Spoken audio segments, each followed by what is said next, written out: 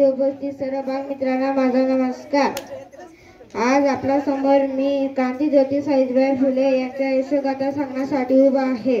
क्रांतीज्योती सावित्रीबाई फुले या आपल्या भारताच्या पहिल्या महिला शिक्षिका तसेच मुख्याध्यापिका सुद्धा होते। त्यांचा जन्म 3 जानेवारी 1831 रोजी सातारा जिल्ह्यातील नायगाव या गावी झाला। वयाच्या अवघ्या 9व्या वर्षी त्यांचा विवाह महात्मा ज्योतिबा फुले यांच्याशी झाला। महात्मा ज्योतिबा फुले यांनी सावित्रीबाईंना लिहायला वाचायला शिकवले, शिक्षणाचा पाया रचला। सावित्रीबाई आणि महात्मा ज्योतिबा फुले यांनी मिळून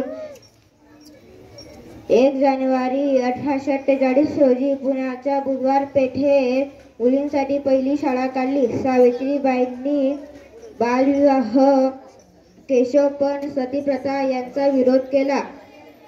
सावित्रीबाईंनी काव्य फुले, सुबोध, रत्नाकर असे काव्यग्रंथ लिहून जनजागृती केली। अखेर 10 मार्च 1897 रोजी सावित्रीबाई फुले यांचे निधन झाले। अशा या क्रांतीज्योती सावित्रीबाई फुले यांना मी कोटी कोटी प्रणाम करतो आणि इथे सांगतो, जय हिंद, जय महाराष्ट्र।